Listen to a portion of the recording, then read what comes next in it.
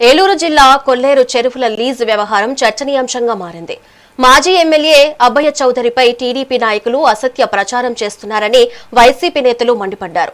రాజకీయ ప్రయోజనాల కోసమే శ్రీపర్రు కోమటిలంక గ్రామస్తులను రెచ్చగొడుతున్నారని ఆరోపించారు. కొల్లేరు చెరువుల లీజ్ గడువు 2023 డిసెంబర్తోనే పూర్తయిందని స్పష్టం చేశారు. 6 కోట్ల బకాయిలు ఉన్నాయనడం సరికాదన్నారు. అబ్బయ్య చౌదరి అభివృద్ధికి కృషి చేశారని తెలిపారు. ఆరోపణలు చేస్తున్న టీడీపీ నేతలు ఆధారాలు ఉంటే బహిర్గతం చేయాలని వైసీపీ నేతలు డిమాండ్ చేశారు. 19 వైఎస్ఆర్ పార్టీ అధికారంకి వచ్చినాక అబ్బయ్య చౌదరి గారు ఎమ్మెల్యే అయిన తర్వాత కోమటిలంక విలేజ్ అనే గ్రామంలో దాదాపు 700 నుంచి 800 ఎకరాలు గవర్నమెంట్ ల్యాండ్కి సంబంధించి అబ్బో కాంటూరులో ఉన్న భూమి అక్కడ దానికి సంబంధించి దాదాపు 2011 నుంచి కూడా కోమటిలంక గ్రామానికి మా గ్రామానికి సంబంధించి అక్కడున్న కొంతమంది వ్యతిరేకిస్తాం వాళ్ళు ఇక్కడ జరుగుతాం అలాగే దాదాపు 11 నుంచి దాదాపు 16-17 దాకా జరిగింది.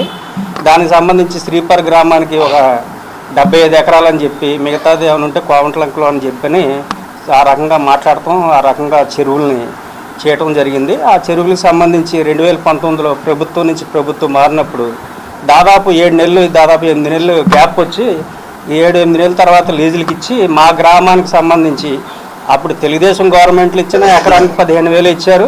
ఇప్పుడు వైసీపీ గవర్నమెంట్ వచ్చినాక కూడా ప్రభుత్వం మారినప్పుడు 7-8 నెలలు గ్యాప్ వస్తాం వల్ల ఎవరైతే రైతులు సాగు చేస్తారో అక్కడి నుంచే లీజులు ఇస్తాం మొదలెడతారు. కాబట్టి ఆ రకంగా మా గ్రామానికి ఫస్ట్ సంవత్సరం లీజు జనవరి నెలలో దాదాపు 62 ఎకరాలు సాగులో ఉంది. అక్కడ అంటే ఆ 75 ఎకరాలు అన్నారు కానీ 26 ఎకరాలు ఒక చెరువు 36 ఎకరాల చెరువు అని చెప్పి ఆ 62 ఎకరాలకి ఎకరానికి 15,000 చొప్పున 9,30,000 రూపాయలు 2020లో జనవరి నెలలో మా గ్రామానికి తీసుకొచ్చి లీజ్ డబ్బులు మా గ్రామంలో సంవత్సరానికి 4 పెద్దల కాడికి ప్రతి సంవత్సరం మారుతూ ఉంటారు.